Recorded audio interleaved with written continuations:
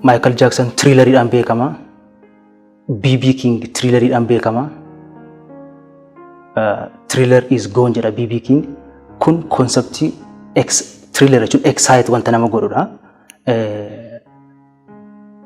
Giant musicianonni kuni Michael Jacksonis BB Kingis namoota muuziqaadhaan addunyaa kana raasaa turanidha. Konseptii tokkoon beekamu. Haacaaluun garuu kophaasaa jirra hundeensaa jirridha. Eessa jirraa? Maalan jiraa?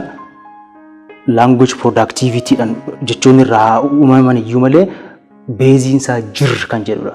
Jirra bullee barii arguuf kun baay'ee optimistii ta'uu agarsiisa baay'ee pessimistii miti. Haacaaluun wanta tokko guulaan wanta dursee kan itti mul'atu waan guutuu ta'e wanti hanquu itti mul'atu dursee waan guutuu ta'e wanta mul'atu keessatti isa roga qabu isa roga gaariitu itti mul'ata dursee. Jirra bullee barii argachuun nam tokko bulee ciisee bulee barii arguudhaaf fedhii qabaachuunsaa mataansaa optimistii ta'uusaa agarsiisa. Namni akka of beeku akka mirga isaatiif falmatu. Dhalli Oromoo tokko akka mirga isaatiif falmatu eessa jirtu jedhee dargaggeessa kana eenyummaa ofii keessattuu mee namummaa kana mammaaksis wanni dubbiin itti seenuuf jiru jira jedhetti seensa kan ka'umsa asitti qabaata jechuudha. Ka'umsi kun immoo maalidha? Koozii wayiiti. Sababa wayiitu jira. Sababni sun maalidha? Uumamni seera uumaa dabsee raajii bara kanarraa jakaa erga buqqee nagaa cabsee jedha. Waaqni sitti agarsiisu. Asitti uumaan waaqi wanti isa ala jiru uumamadha. Dhagaan buqqeen dhagaa cabsachuun sobadha. Yoo barasaatu fuggisoo ta'eef malee barasaatu fuggisoo waan ta'eef buqqeen dhagaa cabse malee buqqeen dhagaan cabsu. Kanaaf dhugaan yoomiyyuu dhugaa ta'uu ishii dhugaan diddibuus bareechuus bocuus kan hin barbaanne yoomiyyuu dhugaa ta'uu ishii ibsa. Kaduun beeka qofa yoon du'e maali? Dhugaan hojjedhee yoon du'e maali? Dhugaa hojjedheen du'a malee asiif achi malaan maltumaa keessan galu jedheetuma afaan baasee dubbataa iyyuu mucaan koo. Haacaaluun amman du'aatti hin eegne iyyuu akka jarri akka namni isa ajjeesutti nan beeka. Jechuun inni xiiqii of keessaa qaba. Haa ta'u malee si'a amma Haacaaluun namni isa ajjeese jedhee hin yaadne. Oromoon akka sabaatti wanna qabu dhabe. Oromoon dhugaasaa dhabe. Qabeenya guddaa Afrikaan qabdu, qabeenya guddaa addunyaan qabdudha. Lubbuu isaatu dachee gatta'e malee seenaan isaa dachee ol waan ta'eef Haacaaluun hamma dura otoo hin taane amma booda jiraata. Hin mararamu, hin mo'amu. Maaliif kaayyoo sabaati kan inni qabate waan ta'eef እኔ እንደማውቀው ትንሽ በደንብ ሰው ቢያውቀው ደስ ይለኝ ነበር። ትንሽ እንኳን ትንሽ ማለት ማንነቱን ምን አይነት አስተሳሰብ እንዳለው ሶሻብልነቱን በርግጥ አሁን ያው ሰውረ ሁሉም ልቡ ተንሰፍስፏል። አሁን ነው ያወቀው ይመስለኛል። ሁሉም ጋር የማየው ነገር አለ። አሁን ደስ የሚል ስሜት ይሰማኛል። እንደ ጓደኛ በጣም ተጫዋች በጣም አንደርስታንድ የሚያደርግ የሚያዳምጥ ሰው ሲያወራ በጣም ማዳመጥ የሚችል መናገርም የሚችል አንደበቱን በጣም ደስ የሚል የምር በጣም አሪፍ ልጅ ነው። ሙዚቃን ሳስሞ ኦሮሞ መታወል ቀበቺሴራ namoonni baay'een weelluu Haacaaluu keessatti arakii lofsitu aanedha irratti xiyyeeffatan natti fakkaata. Sana miti garuu sana dura weelluun inni hojjechaa ture nama waa'ee Oromummaa beekuu fi nama sirba sirriin xiinxalee ilaaledha. Sirba Haacaaluu nama gadi fageenyaan dhaggeeffatedha. Kan sirba isaa beeku jechuudha. የመጀመሪያ ቀን እንግዲህ መጥቶ ሳምፕል የሚገባበት ቀን እሱ ፋይናሉን ጨርሶ ነው የወጣው እና ይታወቀው ነበር እላለሁ ከብዙ ነገር አንፃር። መተቀን ደውሎልኝ ነበር ማለት ነው። ከምሽቱ 1 ሰዓት አካባቢ ወይ አንድ ምናምን አካባቢ ደውሎ በዛ ሙዚቃ ጉዳይ ነው ያወራነው እና ያወራነውም ዘፈኑን መልቀቅ እንደሚፈልግና ላይቭ ሙዚቃ መሳሪያዎች መግባት እንዳለባቸው ቶሎ አስገብተን ባኬን ቪዲዮ ክሊፕ ሰርቼ እንደው መልቀቅ ፈልጋለሁ ምናምን ሲል ነበርና እንደ አጋጣሚ ደግሞ ሙሉ ነው የጨረሰው። ሙሉ ግጥም ነው የዘፈነው። ስለዚህ የሚቀራው እኛ ጋር ያለው ነገር ነው ማለት ነው። ፉልዱረ ዳበቴ ቆሞ ሰበሳቲ ol qabaa ture ol nu qabee akka mataa ol qabannee deemnu nu godhe akkuma gootota Oromoo kaanii. Oromummaa kan ol ka'uu qabaa jedha. Oromummaan kun akkatti dubbannu illee nurraa fokkisuu qabu jedha. Waan guddaa malee waan xiqqaa hin hawwatu du'e. Inuma yaadas dandumsana oola hin milkeeffatas. Otoo lubbuudhaan jiru aadaa Oromoo, seenaa Oromoo, falaasama Oromoo, xiinsammuu Oromoo haala artistik ta'een uummata kana biraan ga'eera. Saba gabrummaa keessa jire bilisoomsuuf du'e malee duuta kanaa immoo du'a miti. Kan dhaabbiitti sammuu du'aa baatee jiru jira. Qaamni mormaa gadi jiru hin dalagaa. Qaamni mormaa ol jiru hin dalagu. Nama sammuu du'aa baatee jiru. Kan akkanaa waliyyuu dhalatanii dhalanne irra jedhu. Hacaaluu faana garaa tokko keessatti dhalachuu jechuun carraadhasii dirqamas. Anaaf namni kamuu nama akkasaa wajjin otoo dhalatee otoo carraa akkasii argatee carroome namaafan hawwa. Quuqqaa saba Oromoo keessatti wanti isaa hafe tokko iyyuu hin jiru. Nus bor hin jirru. Garuu gaabii guddaa boru dhaloonni keenya uffatu dhaa jirra. Isa kana xumuruun dirqama. Yoo hin taane Oromoof Oromiyaas qorri balleessa. Oromoo biratti kudhaamni wanta inni ta'e hin beektu. Dhaloota dhufuuf kudhaama seenaati. Kudhaama dhalootaati. Haacaaluun kaleessa warqeedha. Warqee mormaa. Har'a ejersa. Rirmi hin nyaatu. Qabsoon Oromoo gootota kumaatama dhale. Kumaa kitilaanis nu harkaa nyaate. Har'a iddoon irra dhaabannu hundu lafeedha nu waraana. Dhiiga nuun mucucaata. Nama ifaaf falmu, nama walabummaaf falmu, sodaa irraa kan ka'anii ofitti amanuu dhabanii dukkana uffatanii ajjeesuun isaanii ofii du'anii jedha. Namni seenaa qabu siidaan dhaabachuu fi danda'a. Siidaan sun jiraataadha. Hojii inni hojjete dhalootatti darbee jiraataadha. Hacaaluu waggaa 36 qofa jiraate jechuu hin dandeenyu. Garuu bara jiraate keessattis Hacaaluun mo'amee hin beeku. Yeroo jiru kana keessatti wanti isaaf nama gaabbisiisu illee hin jiru garuu obbiraa dhabuudhaaf nama obbiraa dhabdee obsitee teessu miti. Ejersa dhagaa rakkooti. Isa yoo muran dhagaa fi dhagaarraa cabsu. Oromiyaan ijoollee akkanaatiin ijaaramte. Dhala akkanaa yoo dhabdu ni bootti, ni mankaraarti, ni gadditi.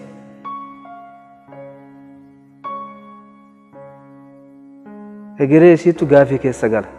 Namoonni dhugaa mataa isaaniitiif jiraatan addunyaa kanarratti turuudhaaf carraan qaban. Nama akka barbaade namni karaarraa qabee nama isa oofutu addunyaa kanarratti jiraachuudhaaf amma ta'e carraa qaba. Namni dhugaa isaatiif jiraate carraan qaba. Hacaaluun hin duune yoomumayyuu hin duune. Waan gaarii hojjetee du'e aarsaa barbaachisu hundumaa yeroo gabaabduu qabdu kana keessatti raawwateeti jiru. Mana hidhaatti waan hojjeteera. Alatti bahee waan hojjeteera. Qeerroo keessatti waan hojjeteera. Beekaadhaaf waan hojjeteera. Ilma waa sadiif dhalchu. Waa sadii jechaan tokko ofiif dhalchu. Ofumaaf guddifatanii ofumaaf jiraachisanii ofumaaf nyaatee du'a ilmi sun achumatti jecha. Inni lammataan lammiif dhalchu, lammii gargaara, lammii keessaa beekamaadha, mirga lammii kabachiisa. Lammata kun sadaffaa biyyaaf dhalchu, biyya guddisa, biyya bulcha, biyya ceesisa, biyya ijaara, biyya ceesisee gara addunyaatti dabarsa. Mucaan amma du'e kun kan keenyaa miti, kan biyyaati. Otoo waa'ee Hacaaluu beekee diinni isaayyuu inni ajjeese iyyuu silaa amma bahee of ajjeesa ture. Hin beekan Hacaaluu. Saddeet keenya dhumnee otoo Hacaaluun maatii fi sabaaf jiraate anaan natti tola ture. Afrikaa kibbaarraa bilbilu, ijoolleen Saa'udii jiran bilbilu, Ameerikaarraa bilbilu, Kanaadaarraa jiran, Eurooppirraa bilbilu. Maal sii taana? Akkaawunti moo'ii baniiti. Akkaawunti moo'ii baniiti. Mallaqaa sitti roobsinee mana si ijaaruu qabna, konkolaataa si bituu qabna kana jedhanii. Deebiin Hacaaluu maal akka ture beektaa? Deebiin Hacaaluu warra konkolaataa si binna jedhee Nuhoo Gobanaa, artisti Nuhoo Gobanaa hayyuu abbaa qabsoo hangafa kenna dhibamee ijoolleen gateettiitti baadhatanii deemanii akka daa'ima. Wincheeriidhaan deemanii. Ani konkolaataa ittiin deemu ammatti ni qaba. Nuhoodhaaf konkolaataa osoo hin bitin an konkolaataa leegzarii nan barbaachisu. Isaayyuu bitaa fi isiniin hin jedhu. Anatu dalagee bitaa fi anatu konsertii qopheessee Nuhoodhaaf bitaa anaaf hin barbaachisu. Warri itti bilbilan kun imimmaan jigsaa booyuu. Biyya keessaa abbootiin qabeenyaa sabboontonni muraasni jiran isaanis hin booyu. Achiis ijoollee biyya alaa biyya Saawuz Afrikaa maal jiran saniin dhumarratti dhiisuu dinnaan maal akka jedhe beektaa? Uummata kiyya kashira aangawoota yeroo saniitiin Harargee irraatti buqqaan magaalaa godina Arsii lixaa magaalaa bishaan gurraachaa qubatan uummata saniif mana naa ijaaraa jedhe. Uummata saniif mana naa ijaaraa jedhe. Anaaf wanti tokko nan barbaachisu. Yeroo sana akkuma sanaan akkaawuntii kennutti kennan jedhanii mallaqa afaan waan walitti qabannu hin jiru. Akkaawuntii warra Koree yeroo san achitti ramadamee mana san ijaarsu. Mallaqa daayirekti isaanii wal qabsiisee mallaqni akka achitti galu jedhe. Mana balbala 8 bilookii 2 gurguddaa balbala 8 ijoollee Saawuz Afrikaarraa, Arabarraa, biyya Ameerikaarraa sanuu muraasa namni baay'een sanii ol godhudha bilookii 2 ijaarse. Eenyuuf uummata haadhoo isaa, uummata isaa, uummata inni jaalatu, uummata shira yeroo san aangawoonni mootummaa naannoo san turan, mootummaa yeroo san turan buqqisanii Harargeerra qe'ee isaanii da'ee mana isaanii ORraa qe'ee isaaniitirraa buqqaanii achitti buqqisanaaf bilookii 2 ijaarsee Hacaalu. Nama dhalatee guyyaa tokkoo fi fitoo hin jiraatin saba isaaf jiraatee saba isaaf darbe. Nama rakkata qarqaaru nama shamisiif kootii kaawwatee bee kootii kennee shamisii uffatee galuudha. Nama birrii 10 waggaa qabaatee 5 namaa kennee 5 fudhatee galuudha. Hacaaluun walumaa galasaa nama sabaa dhalateedha. Nama maallaqaa hin jiraannedha. Nama faayidaa hin jiraannedha. Nama uummataa jiraate, nama biyya isaati jiraate.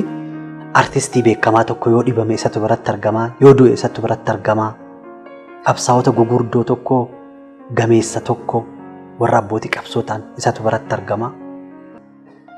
Gaafa Aliyyi Cirrii dhibamee achi ciisu namni jalqaba Aliyyi Cirrii achitti argamee Aliyyi Cirrii jechuun goota gammoojjii Baalee Koloneel Aliyyi Cirrii goota gammoojjii Baalee Koloneel Aliyyi Cirrii gaafa dhibamu Hacaaluutu biratti argamee dhibamsiise. Dhibamsiisee du'aan oolanii uumamaa gootichi gammoojjii Baalee Koloneel Aliyyi Cirrii hin du'e gaafa inni du'u Hacaaluun biyya biraa deemee jira. Galgala sa'a tokkotti biyya kanatti gale. Galgala sa'a tokkotti biyya kanatti bu'ee sa'a 3tti konkolaataa isaa kaafatee Finfinneerraa madda Walaabuu yoo dogoggoruu baadhe kiiloomeetira 800 fi sanaa oli. 800 kana konkolaachisee dukkana bineensaati beeke. Barii gaafa reeffa Koloneel Aliyyi Cirrii biratti gaafa argamu Hacaaluun mataa isaa of hin beeku. Kiiloomeetira hamma kana deeme daandiirra dhufee isa biratti argame isa biratti kufee reeffa isaa bira ciisee lafti itti bariite Aliyyi Cirrii awwaalchisee. Hacaaluun guyyaa rakkootiif nama kaattudha. Waggaa 2-3 dura yeroo haalli baay'ee rakkisaa ture istuudiyoon kun xiqqoo rakkoo guddaatu nu qunnama ture. Sa'aatii sanatti namni abdattu yookaan waa sirra geellee bilbiltee waan matti facaaluu ture. Maallaqaa fi nama na'uu miti Hacaaluu. Maallaqni hafu jedha baandii guutuu malee hojjetu. Ani nama artii miti. Waan inni jedhu irraan dhagaa. Otoo duutee amma baandii malee hojjetu baandii guutuu malee nama hojjetu. Artii Oromoo sadarkaa tokko kan ol kaasee Hacaaluudha. Kaleessi har'a miti har'i kaleessa miti. Gaafa Harargeetti luka cabsan Wallaggatu okkola. Gaafa Ambootti ajjeesan Shaashamanneetu gumaa ba'a. Uummanni Oromoo durirraa kaasee biyyattii kana keessatti waan inni ta'aa dhufe Oromoodhaaf haaraa miti. Oromoodhaaf haaraa miti. Biyya abbaa keenya irratti ajjeefamuun, biyya abbaa keenya irratti hidhamuun,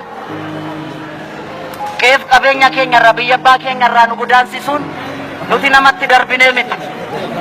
Qee namaas dhaqnee miti. Qee keenya dhufani. Uummanni Oromoo immoo uummata Oromoo fi Oromiyaa irraa miti, daangaa Oromiyaa irraa miti, daangaa Itoophiyaa irraa iyyuu diina tiksaa ture. Daangaan Itoophiyaan guutuu ishii otoo lafti gadi fageenyaan qotame lafee Oromootu ba'a. Daangaa Itoophiyaa tiksuuf jecha. Hacaaluun musliimaa miti. Oromoodha. Oromoon musliimaa obboleessa kiyyaa jedha Hacaaluun. Oromoon kiristaanaa jabaan obboleessa kiyyaa jedha. Oromoon waaqeffataa Pirotestaantii obboleessa sanatti amanaa. Uummata Harargee irraa buqqa'anii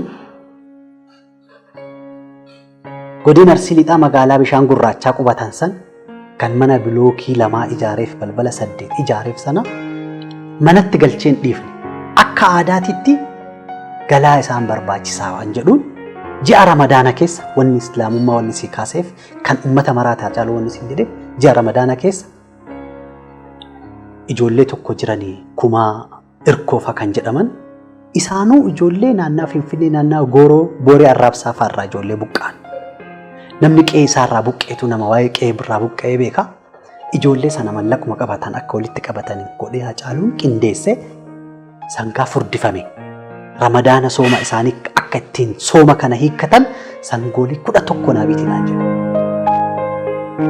Hajaasan wattichaa namni jedhamu jiranii manguddoo guddaadha Arsii keessatti baay'ee nama jaalatamanii akkasumas obbo Ilmayyii Loongalchoo nama jedhamu jiranii namoota kana kantiibaa yeroo sanii obbo Dastaa Bukuluu kan dagachuun barbaanne namoota kana waliin taanee gabaa baanee sangoolee sana binnee eegne.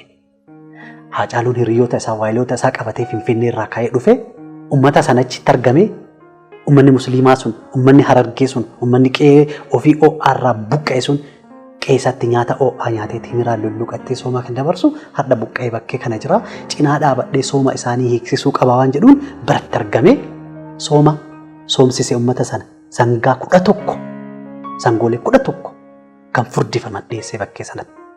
Dureeyyiin karaa mootummaatiin ijaaramanii kootu mana lafa fudhu gaaf jedhaniin inni rakkoo keessa ta'e sanaan jilbifate. Hacaaluun qabsaa'aadha. Namni qabsoo sa'aatti rakkina sitti himatu hin qabu. Rakkoo injifachuudhaaf rakkoo isaa dhiisiiti. Namni kan rakkoo saba isaatiif ciniinsifatu rakkoo isaa yoomsitti himata. Kana hundaa keessa taa'ee Hacaaluun ofiif osoo hin taane nama biraatiif maatii isaatiif osoo hin oollee maatii biraatiif osoo jiraatu waxabajjii 22 bara 2020 waggaa 36 isaatti dachee Tuulamaa naannoo mana waliin jireenyaa Galaanitti inni wareegame. Garuu wanta na gaddisiisee wanta baay'ee jira. Du'a isaa caala wanta baay'ee na gaddisiiseera. Hacaaluun namaaf akkas hin turre. Hacaaluun waan harka isaa argate jechuuf anaaf xiqqoo natti ulfaata. Hacaaluun oolmaa saba isaatii fi hiriyoota isaatiif oole du'a isaa irratti hin arganne. Didaadha. Ani amma ammaatti an akka nama tokkotti namanne waanuma akkuma yeroo biraa didu sana waan cabsee yookaan didee biyyoo sana ofirraa hayee dhufuun se'a. Egaa hin taane akka maleetti bakka maleetti yeroo maleetti nu harkaa badee aceeni. Egaa anis uummata Oromootiin har'as boru siftaanis gumaa caaluu baasuu qabnan jedha. Fuulduratti caaluu ta'een ala dadami jedhu hin fudhadhu. Eessaa ka'ee teessa dhaquu too deemuu kufe. Kanaafuu kana galmaan gahuu keessatti nuti maal gochuu qabna jettee Oromoon haa xiiqattu. Gumaa ilma isaanii haa baatu. Nuun jabaadhaa namni nuun jedha isaaniin warra gaddaa jiran immoo namni jabaadhaa waan hin jenneef haa jabaatan isaanis. Waan dhala isaanii irratti kan akkana hin fidiniin jedha. Biddirri isaanii waan gaarii naa deebi'u. Waaqayyo isaanii haa jajjabina kennu. Biddira alamii, biddira qananii haa arganii, biddira akkanaan argini. Jireenya gaarii ilmoon isaanii mul'atee, guddatee, dubbatee, dhalli dhala isaanii itti darbee beekaan haa dhalatu jedha isaaniif.